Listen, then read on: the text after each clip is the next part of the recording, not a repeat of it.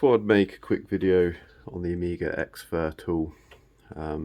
It's a tool that you can use to write floppy disks from a Windows PC using the actual Amiga itself and no special hardware. I saw some posts online, but I haven't really seen any videos, so I just thought I'd make a quick video on what I've found so far from using it. So I've just got bog standard Amiga. I've got a cable plugged into the serial port of the Amiga, and then it just goes to an RS-232 to USB adapter, which I got off Amazon, which goes into the laptop.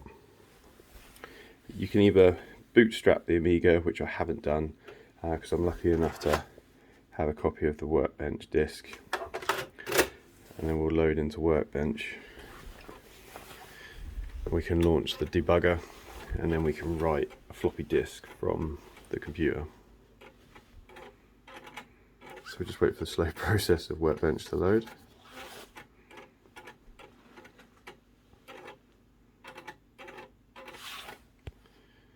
My camera keeps trying to autofocus and flickering.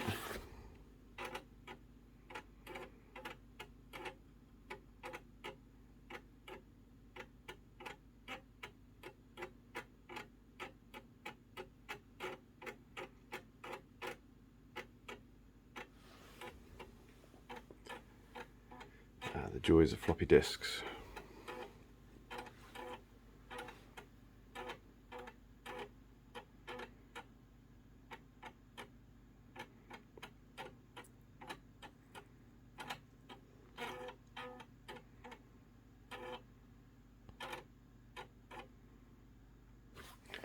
Right,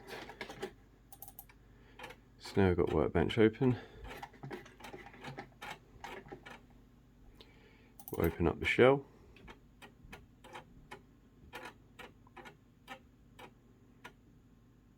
Then we need to type load workbench dash debug.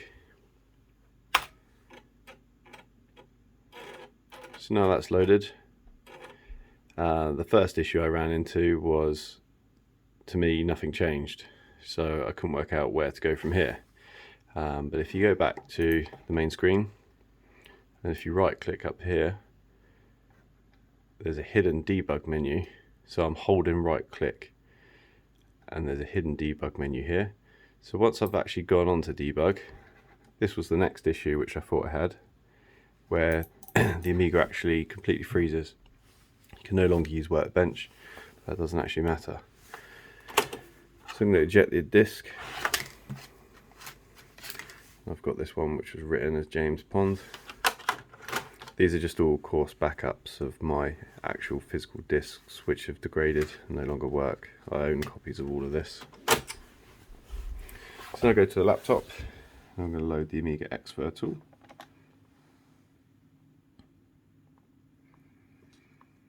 And then COM port 4, and we're going to use ROMWhack. Connect. It's connecting to the Amiga. Right, so now it's connected. Going to use the floppy tool.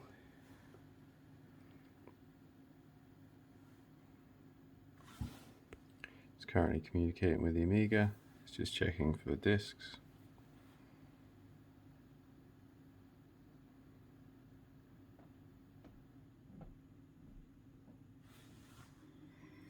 Once it's finished, it will allow us to write to the physical drive.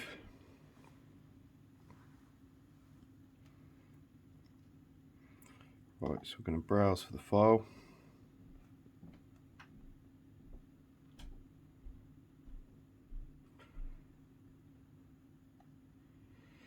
And then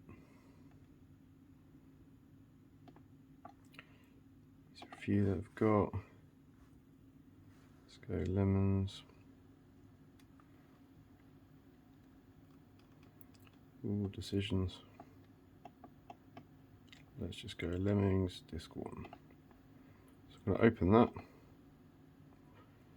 And then after it finishes, I'm going to ask it to verify by reading the disk back. So I'm going to click start. and then it's going to say there's an error. The disk is in write protect, so just need to flick that across.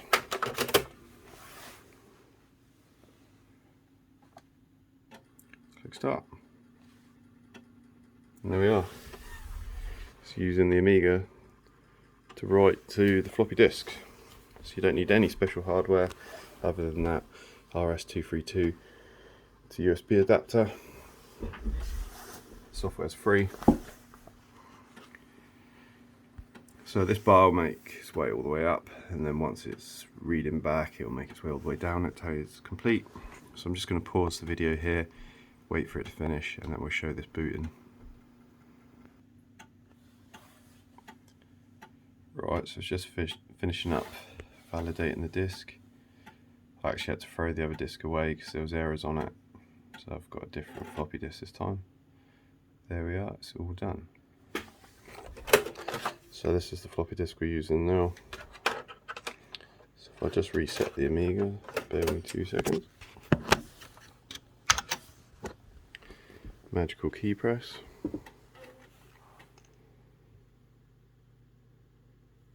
And it's booting lemons.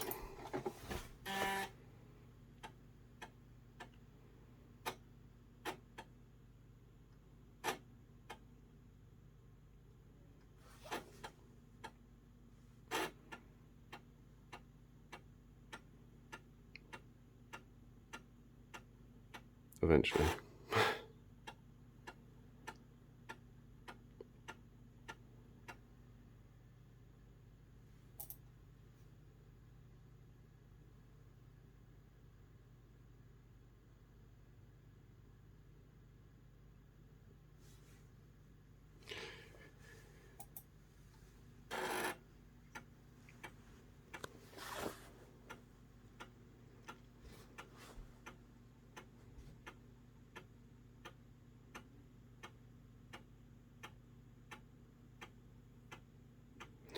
But there we are anyway, guys, you get the idea.